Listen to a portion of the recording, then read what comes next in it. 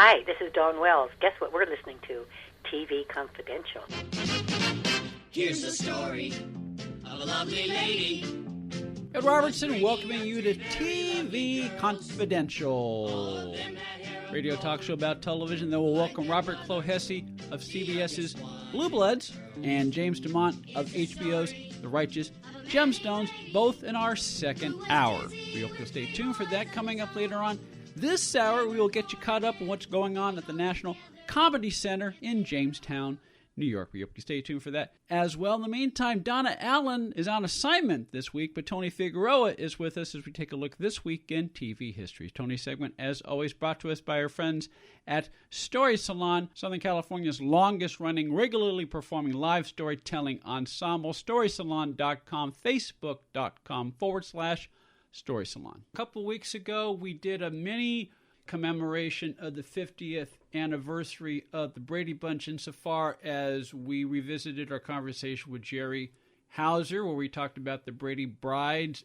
Greg did about a 10-minute segment on the Brady Kids series, but we did not actually talk about the 50th anniversary of the Brady Bunch series itself. A long time ago, we talked about the variety show with Susan Olsen. Yes. And, We did. Yes, we did. So we have covered every incarnation from the original series, the cartoon, the variety show, Brady Brides, a Very Brady Christmas I know we've covered in the past. I was talking to my friend Ed Gross of Closer Weekly not too long ago, and other than Star Trek, I cannot think of a show, a franchise that has had more reincarnations and remained part of the pop culture zeitgeist in 50 years than the Brady Bunch. Yeah, Star Trek, still sequels, spin-offs, cartoons, merchandise. Books. I mean, the Brady Bunch. But Star Trek hasn't had a variety show. Star Trek has not had a variety show, but there have been more, not quite reimaginings, but these are just reincarnations, various forms, various genres featuring the original cast or as many of the original cast We've as had possible. everything from movies like Trekkers, documentaries, which are very funny, a little macabre. Yeah, we don't have bunchers, but We have that, and so you have that phenomenon. At the time that the first Trekkers movie came out, there was also a movie with Eric McCormack called Free Enterprise, which I think is also a wonderful love letter to Star Trek, and specifically to William Shatner. Eric McCormack of Will and Grace? Eric McCormack of Will and Grace. I'll have to look for that. And it does feature William Shatner as himself, and two very big fans of Star Trek. And these are not the traditional fans. These are productive members of society that have a love of Star Trek. Yes. And it was a fun movie. So you've had Star Trek being the subject of another movie, documentaries on the fandom of Star Trek. And so you've had that. The Bradys have had, like I said, and I forgot one incarnation, satire. There were some Brady movies which were very funny. Oh, the ones with Gary Cole and Shelley Long. Shelley Long, which took the right approach because you think about the original show, it was a 1950s type of show at the height of the counterculture. Yeah, they were pre-Norman Lear. Yeah. Let's put it that way. And I've had this discussion and sometimes going into arguments. But at the same time, this was the first time that we were having really... Danny Thomas did it out of necessity, but you had a story that started out about a blended family. Yeah. And, Sherwood Schwartz explains everything in the theme song for practical purposes. So there's some inspiration from a movie called Yours, Mine, and Ours. Mm-hmm. And so I think for a lot of people, and you'll hear people saying, I didn't have a great family. I'm glad I had yours. But also, I think, somebody like me, my parents didn't stay married very long. I have siblings from other marriages, and we are all living in the same house at the same time. It was nice to see that reality that is my world on TV at a time where there would be parents groups and religious groups saying, we don't want to see that. But that's my world. Yeah, and that's one of the reasons why Schwartz developed the show, because I forget the statistic, but I believe it was somewhere between 20 and 30% of marriages circa 68, 69 were blended families. Yeah. And so this was not just a concoction. This was reflecting a certain part of the audience. Yeah. You had the argument that people want to escape. they don't want to see that reality. They want to escape. And this is before there was something called a reality show, right? They want an escape. They don't want to see that.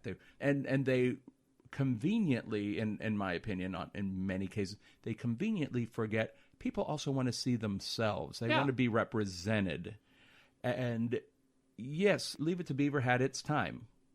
And Leave It to Beaver doesn't get enough credit in some of the writing and trying to get the kids' perspective and all that. People like to focus more on Barbara Billingsley's pearls. And that is the art of the Brady Bunch, so to speak, because it reflected a sizable percentage of the audience, and yet it was escaped because it was a little melodramatic. It was heightened. It could be very melodramatic. I mean, we've talked about this before. At one point, 71, 72, you had back-to-back-to-back. You had the Brady Bunch at 7:30. You had Nanny at 8, and you had the Partridge Family at 8:30. Now, in my household, I don't know how you felt about this growing up, Tony, but in my household, we always thought that the Everetts on Nanny and the Partridges were probably more like us. They're a little more realistic, kids-wise, family-wise, than the Brady Bunch, because the Brady kids always seem to have a lot of drama, but that was part of the appeal of the show because it was heightened reality. I think the Brady, everything was too neat. Yes. Even the order, boy, girl, boy, girl, boy, girl. Yes. I mean, everything had to be symmetrical with the Bradys. And I would also say, to be fair, everyone on that show brought their A game. And you had different people of different skill sets. And Ann B. Davis was wonderful comic relief.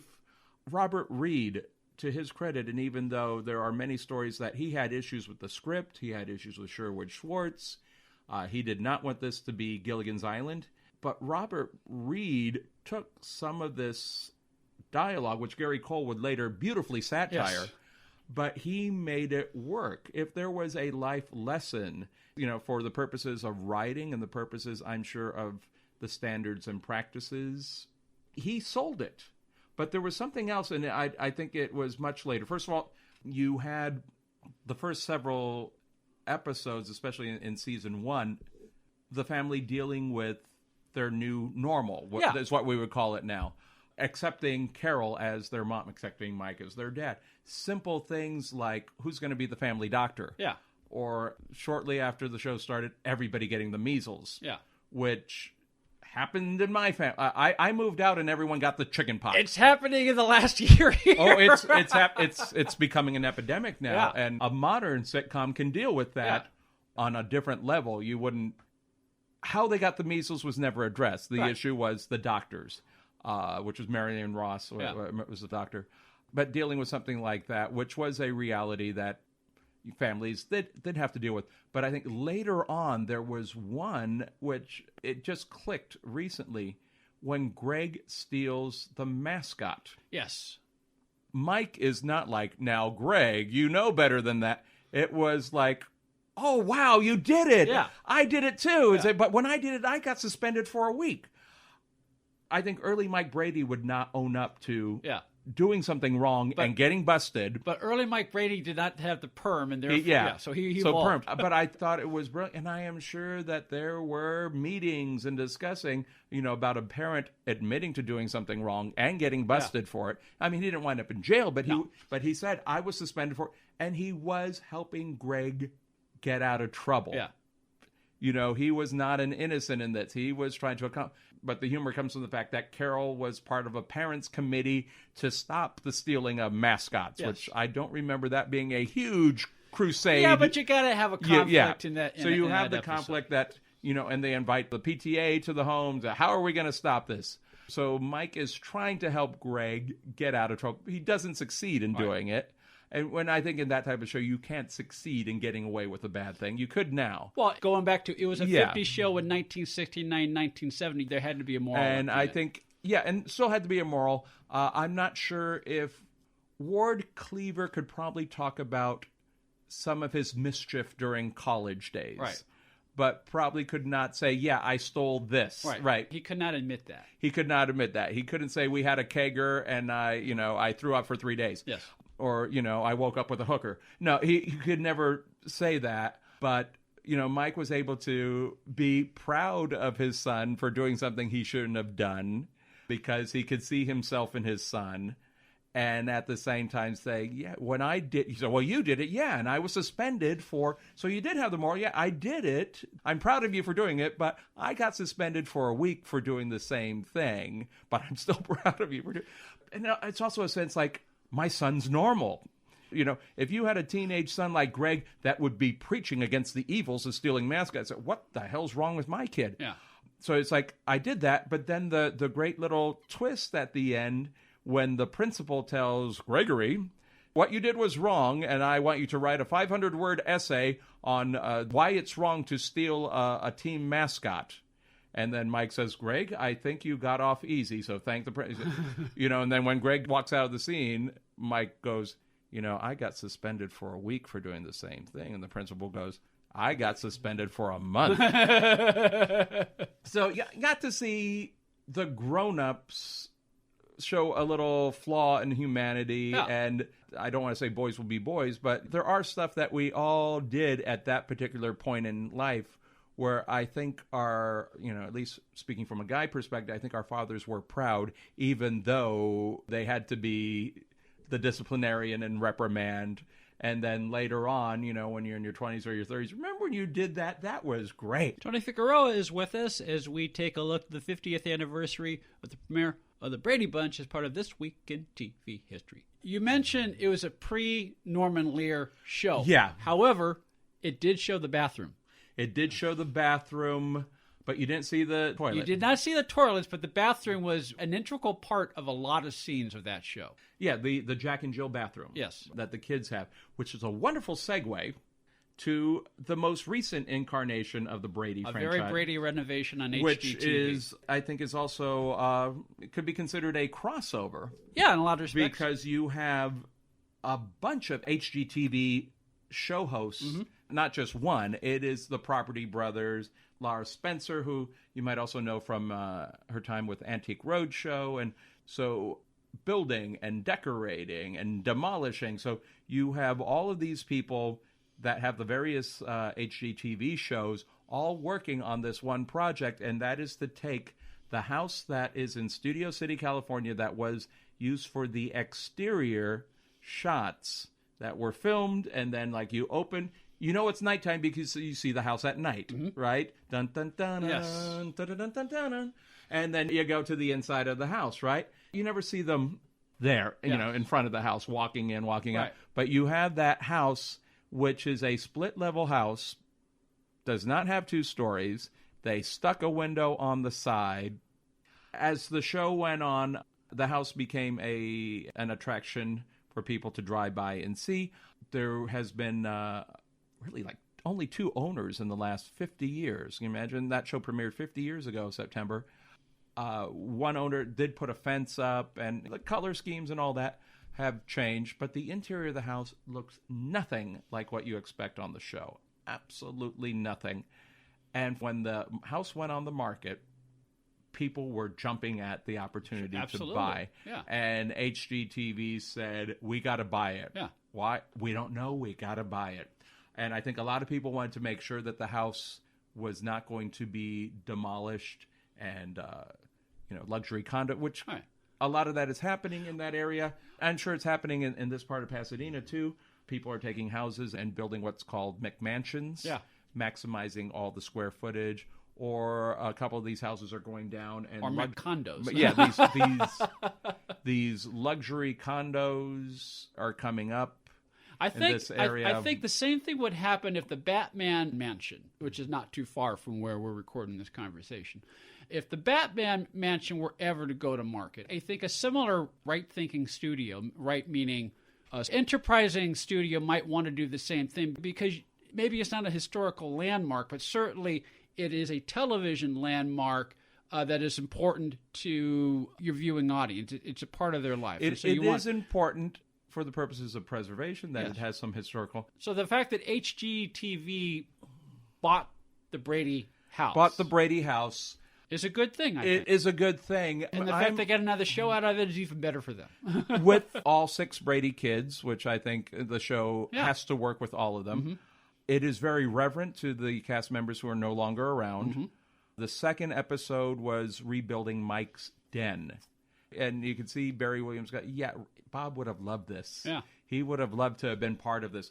But, I mean, just, first of all, to take the split-level house and make it a 2-story house, going in and digging underneath, so the basic floor has to be dropped a couple of feet. That's how you add the feet. You don't build up, you build down. So they had to take a little creative license with the famous staircase. There's one less step, but also the step down. There's an extra step, so you are going down a little further. And then behind the house is another 2,000 square feet, so you could have the second story, and there'll be other rooms added there.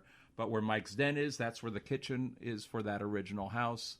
So to take part of the living room, part of the kitchen, part of a storage closet, and make Mike's den. But also everything has to be working and functional. So hence the bathroom and what they built actually has a toilet and has a working shower, which there's no shower in the Brady bathroom. Well, at least it's not seen. Yeah, but there is a shower. It's implied. Yeah. But there was never, they're looking at all the old photos, and they notice there's not a shower head there. And the fourth wall is the mirror in the bathroom. Yeah. Because you always see them brushing their teeth or combing their hair, and they're actually looking into the camera. And that's where you assume there's a mirror. What was really cool in that part of the house is a window. And they built the mirror into the window. So you slide open. There's no medicine cabinet in there. It's actually the window. That's cool. When you walk around, you are going to also see where the camera would be on the sound stage. There's so many fascinating elements because you've got to make it real. Mm-hmm. The masonry work inside the house, that lava rock or whatever it is when you first walk in, and what the fireplace is made out of. And remember, the fireplace extends into the den, right? So you technically have 2 fireplaces. That's going to be made out of, now we would use recycled plastics to be more environmentally conscious, but the old days that would be foam rubber or fiberglass. Mm-hmm. Yeah, if somebody potentially was going to get slammed into it, it'd be foam rubber. That's what the Western sets would be made out of. But you're going to make that out of the real thing. Finding the furniture, the style of furniture, you might have to build it, but also the pattern in the fabric. Let's just say there are places in town where they may have it. And if you can't find it here, you can't find it in this area of Southern Cal, it doesn't exist. Because there are studio surplus places where they may have bought certain fabrics or wallpapers or something like that. When the show ended, there are resale places and where they will store all of that. So if it doesn't exist here, it doesn't exist, period. But we also have places, and I know exists on the Universal lot, in their sign shop, and other places where they could take the photo and replicate that wallpaper, or replicate, or at least get some idea from the photo and have to do a little work on Photoshop or whatever reasonable equivalent. So the sofa in the living room, that fabric was perfectly recreated. The wallpaper in the boys' room and the girls' room doesn't exist, could not be found. They could at least take shots of the wallpaper. Yeah, but nobody wallpapers anymore. Nobody, yeah, so that's another thing. Yeah. You have to find it. The wood paneling in the boys' room doesn't exist anymore. They actually had to build that from scratch. They actually had to take the wood, the type of wood, and cut it into strips of various lengths and stain it the various colors. Tony Figueroa is with us as we take a look at the new HGTV series of Very Brady Renovation as part of our look, the 50th anniversary of the premiere of the Brady Bunch. We'll take a quick time out, and we'll be back with more with Tony here on TV Confidential. If you're living with diabetes and using insulin, you know the pain of pricking your fingers over and over again. By wearing a small remote device called a continuous glucose monitor, or CGM, you can reduce the pain of pricking your fingers right away. If you're testing your blood sugar 4 or more times per day, injecting insulin 3 or more times per day, or using an insulin pump, call the Diabetic Health Hotline today. 800-712-8002. That's 800-712-8002. Paid for by U.S. Med. Are you tired of high cable TV rates? Sign up for Dish today and get a $500 bonus offer while supplies last. Plus, lock in your price for 2 years guaranteed. Call All American Dish, your Dish authorized retailer now. 800-296-1251. 800-296-1251. That's 800-296-1251. Offers require credit qualification, 24-month commitment, early termination fee, and e-auto pay. Restrictions apply. Call for details. details. Become an advertiser or underwriter of TV Confidential and let our brand help promote your brand. To find out more, go to televisionconfidential.com/advertise. Story Salon is Los Angeles' longest-running storytelling venue. We have live shows every Wednesday in Studio City, as well as solo shows, podcasts, CDs, and several books. Los Angeles Daily News calls Story Salon Gemstones of Narrative. Something new, funny, astonishing. Sunset Magazine says tales tall, tragic, and tantalizing. All of this makes Story Salon one of the most eclectic entertainment experiences available. You can learn more about us by going to our Facebook page or by visiting our website at www.storysalon.com.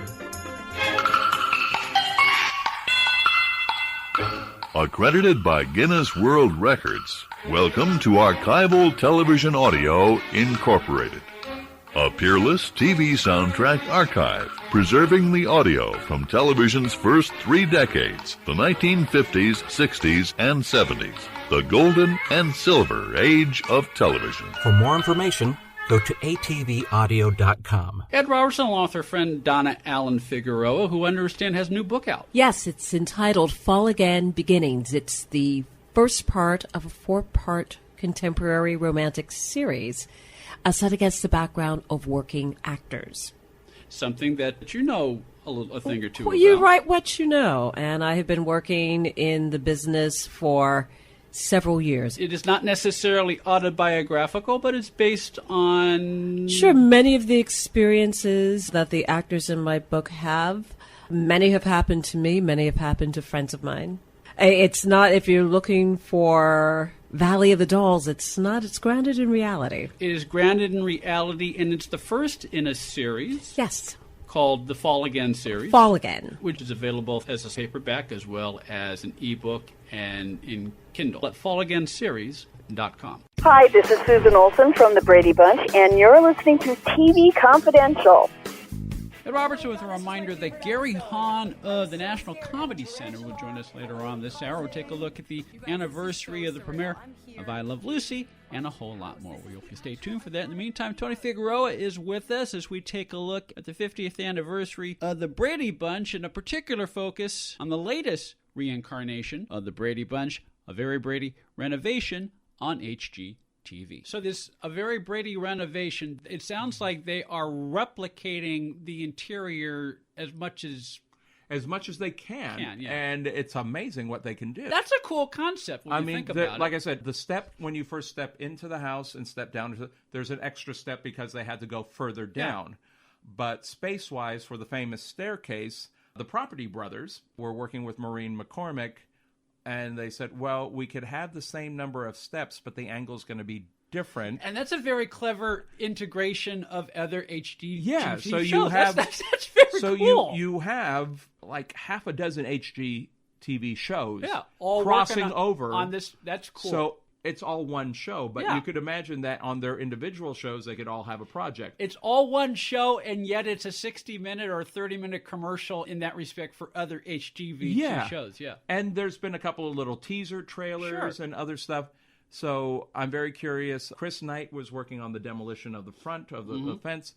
Mike Lookenland was working on the demolition of sections of the backyard because they actually had to build another 2,000 square feet for the second story. But no AstroTurf lawn. No, I don't know how they're going to do. They haven't covered that yet. They rented the house next door as a base camp for the production. And one of the things that Chris Knight was instrumental in redoing, at the bottom of the stairs was a cabinet and a ceramic horse, right? Which is a plot point in the second movie.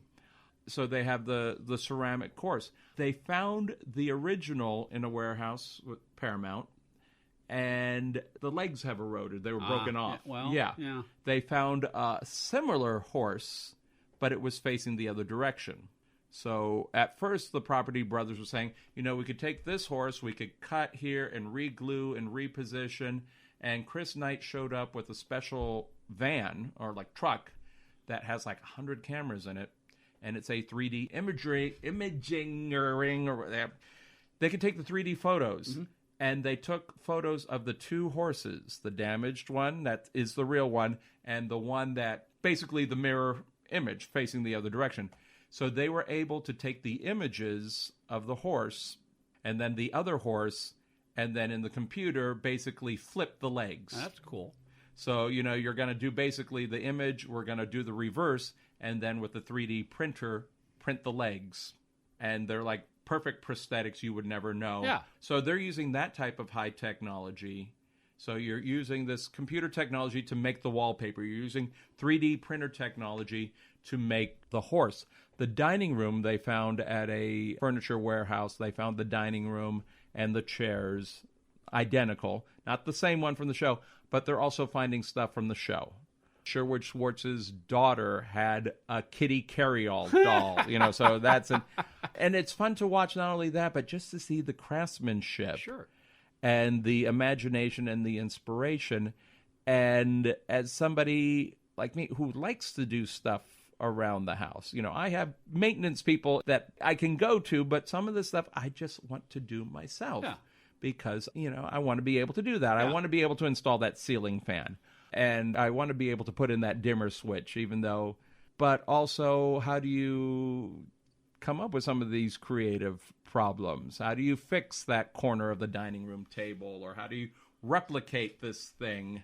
It's like, these are wonderful solutions. Some of these things you could do yourself. Some of these things, there's no way you could do it yourself. That's wonderful technology. But it gives you not only an idea of what people can do with their homes, and there are beautiful houses in this area, beautiful California craftsman homes in this area. We could go for a walk in any direction where we're recording, and you might have this wonderful old house, and somebody in the 70s or 80s ripped out everything and modernized it.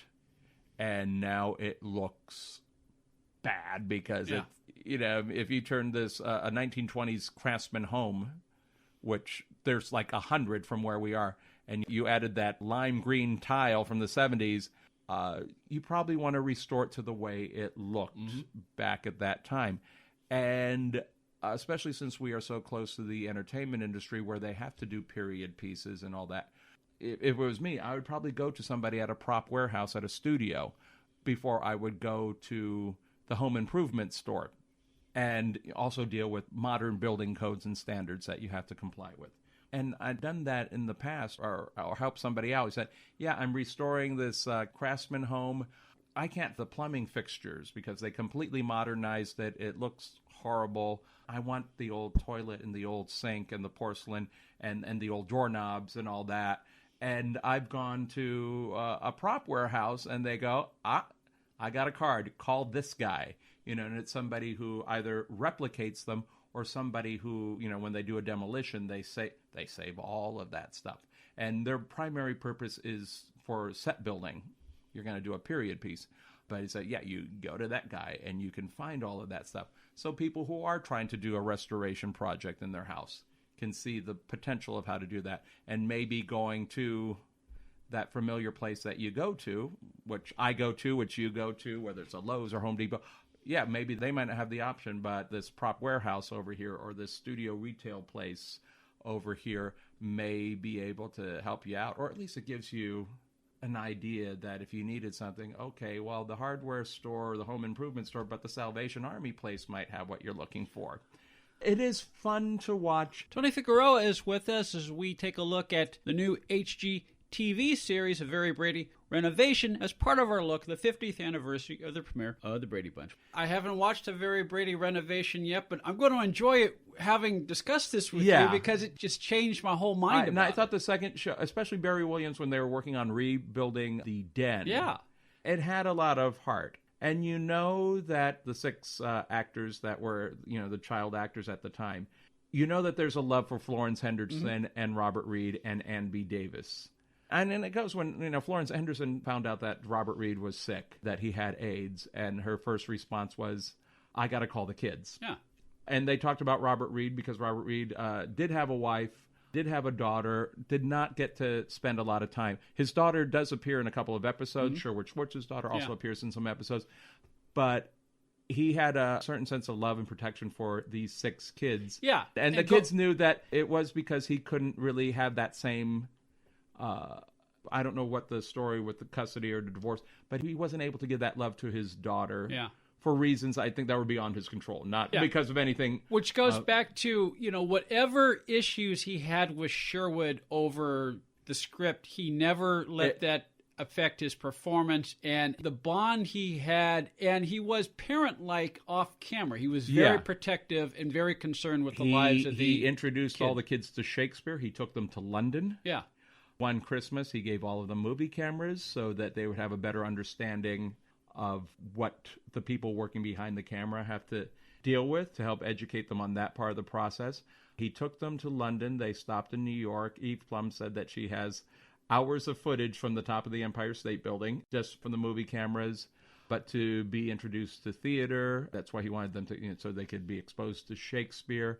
He was very protective of the people that were managing the Brady kids when they were touring. And I would imagine that if anybody tried to take advantage of these kids, they would have to deal with him. Yes. And I've heard similar stories about Dick Van Patten with 8 is Enough also. The parental role was there. I even heard stories about that with Ed O'Neill on Married with Children, that he was in that position. He didn't have a chance to be the dad to his daughter for whatever the circumstances were, and he did look out for those kids. He and Sherwood Schwartz had their differences, but it was never in front of the kids. Yeah, never in front of the kids. There were some conflicts, and he said, Sherwood said, I could have had him thrown off the set, but I would never want to do that in front of the kids. Yeah. So the kids never saw the grown-ups fighting. That was a very important part of that. And so, you could tell that when Barry Williams was going, Bob would have loved this. Yeah. He would have loved to have been part of this. This would have been fun, I haven't heard the same thing about Florence Henderson, but I'm sure, when we see them make the real kitchen, I am sure there's going to be some Wesson jokes in there. And Ann B. Davis, but, Maureen McCormick has a special... Yes. Well, they were all on with Stephen Colbert recently, and Stephen Colbert and Anderson Cooper had done an interview just prior about grief because Anderson Cooper's mom, Gloria Vanderbilt, died a couple months ago. Died recently, and he's interviewing Stephen Colbert about grief because Stephen Colbert, if you didn't know, when he was 10 years old, his father and 2 brothers died in a plane crash, and he was the youngest, and how that affected his mother. And his mother lived into her 90s and died a couple of years ago, and how that shaped him and how... between his mother's faith, his faith, and other aspects. And Anderson was talking about recent loss of his mother.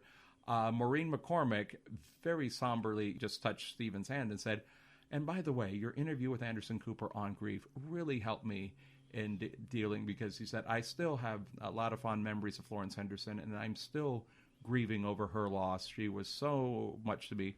What she learned and how important she was. Can you imagine that show ended in the early 70s and Florence Henderson is still such a presence in Robert Reed? And partially because of all the various reincarnations. Yes, they were always there. That they did together. And this goes back to something, you said this to me. You said this to me many, many years ago. When it comes to grief, whether it's the loss of a loved one or whether you're going through a divorce, the end of a very long relationship. You were the one who said this to me. You said, allow yourself 1 month for every year of the relationship to grieve. Which I heard when you have a breakup. Yeah.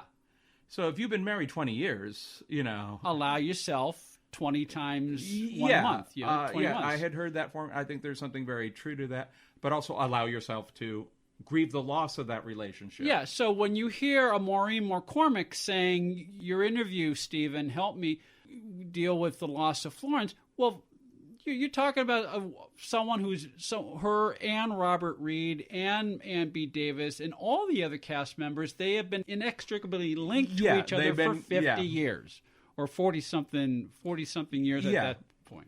So. And the idea that, when you asked Maureen McCormick about fond moment, she said when she got to sing together with Florence Henderson, she said, I learned so much from her. And I would imagine that over the years she would pick up the phone to ask her about this, that, or the other thing. And, Christopher Knight is saying to Mike Lookinland, I said, I've known you longer than I've known anybody else in my life. Yeah.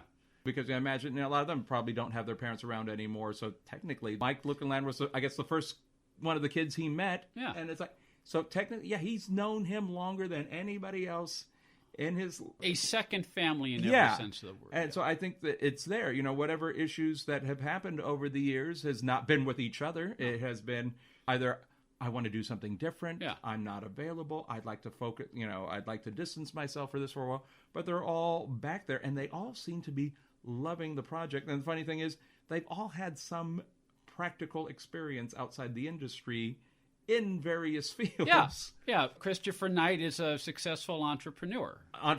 Knows a lot about computers. Yeah. Susan Olsen, graphic designer, and has worked in other fields. Including radio. And her graphic design history predates computers. And so it was interesting for her to watch how computers are playing in the recreation of the wallpaper. But some of them just had practical experience, life experience, working with homes and stuff like that. Which adds even more flavor to a Very Brady Renovation, which I need to check out. Yeah, so none of these guys are afraid to swing a hammer. Yeah. In fact, they're looking forward to it, picking up and doing some serious... I'm thinking of the episode, going back to the early episodes, the clubhouse, where the boys falls apart, but the girls holds in place. Yeah, because Bobby took the nails out. All the nails out. Yeah, there's a moment where they have to demolish a window, and they give Christopher Knight a giant rock. He said, if any of us are going to break a window, it's going to be Peter. Yes. Yeah, and they had to remove a window, and it was not going to, by traditional unscrewing methods. It's like, the only way this is going out is if we break it. So he gets to throw a rock through there. But, I haven't seen the kitchen yet. There's some teasers online for that. But it looks like that's going to be a nice labor of love, and they're going to do the attic and all the other aspects. And at least the front landscaping looks perfect. And at a certain point in the show, they send the kids home. The HGTV people say, this is great that you're helping us, but now we got to send you away because they got to finish it, and then they bring them back for the reveal. So they are there for part of the restoration process. That's cool. Then they get sent away, and then they are brought. So especially like the living room, they get to be part of it, while you're pouring concrete, while you're demolishing this window, while you're knocking. They're there for the knocking down of the wall, but there's a certain point where it's like, okay, guys. And that's not unlike the other aspect of the industry that they all have in common. Sometimes you may be in the room with the writers, and you may spitball ideas, but then, you leave and the writers will do the script, and then you come back for the read around, and then you see the final product. Yeah, so there are gaps. Yes. So you do get that moment where it's okay, now we're going to let you into the living room. And all 6 of them come into the living room and their jaws drop. And if they were there for the entire process, you wouldn't have that moment. Yeah. That's part of the But appeal. it would not be a good show if they were there. It would not be a good show. It would not be a good show. So like I said, I thought the second episode had a little more heart because, it was Mike's den that they were working on. So I imagine, the kitchen, which is many people say is the heart of the home. Yeah. I'm sure that's going to have some emotion connected to it as well. Involving Sherwood Schwartz's daughter was a very nice moment to get the Kitty Carryall doll. Yes. And fans have sent, if they had something that was comparable, they actually did have a call out to fans, like those glass grapes on the dining room table, which I had in my house, I bet. Oh, we had those. We had them in the living room. The grapes are, I would say these glass grapes are slightly smaller than a billiard ball. Yeah. Much bigger than... We had one that was mounted, too. Oh, I didn't have... we had one that was a wall decoration. I think we had green ones. Yeah, we had green ones. But I knew people that had purple ones. We had purple ones.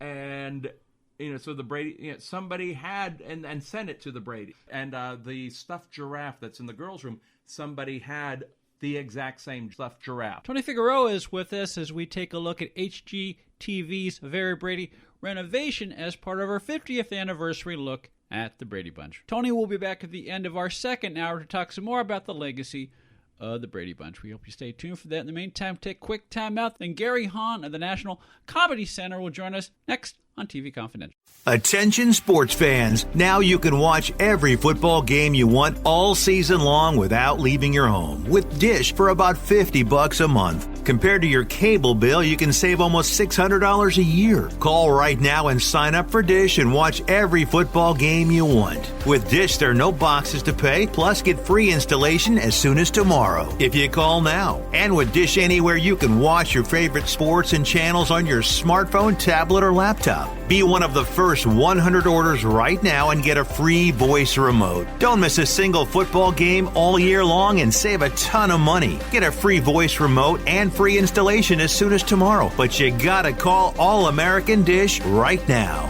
800-296-1251. 800-296-1251. 800-296-1251. That's 800-296-1251. Hi, this is Rhonda Shear, and you're staying up all night or day with TV Confidential. Buying or selling a home can be one of the most stressful things we'll ever do in life, but it doesn't have to be. And no one knows better than our friends at Front Porch Realty Group. They're a community of realtors serving the Northern Bay Area of California that cares about their clients as individuals first and foremost. Whether you're a first-time buyer or looking to lease or sell your property in the Bay Area, Front Porch Realty Group will help you through this important transition by providing you with the right information for your situation while lessening the pain. They also work with a network of realtors throughout California who provide the same high caliber of customer service. Call Front Porch Realty Group at 415-886-7411 for a realtor referral near you. You can also visit their website, frontporchrealtygroup.com, for more information on the services they provide, including upcoming workshops and seminars. For more information, call 415-886-7411 or visit frontporchrealtygroup.com. Front Porch Realty Group. They'll find the solution that works best for you. Uber is the mobile app that connects you with a driver for immediate transportation. Request a ride at the tap of a button and you have a driver curbside in minutes. You can choose to be driven in a black car, SUV, or you can choose UberX, the low-cost Uber for a ride in a hybrid or mid-range car. Payment is seamless and cashless, billed to your card on file with no need to tip. Enter the promo code TV Confidential after you download the app to receive a free first ride up to $20. For more information, go to get.uber.com/go/TV Confidential.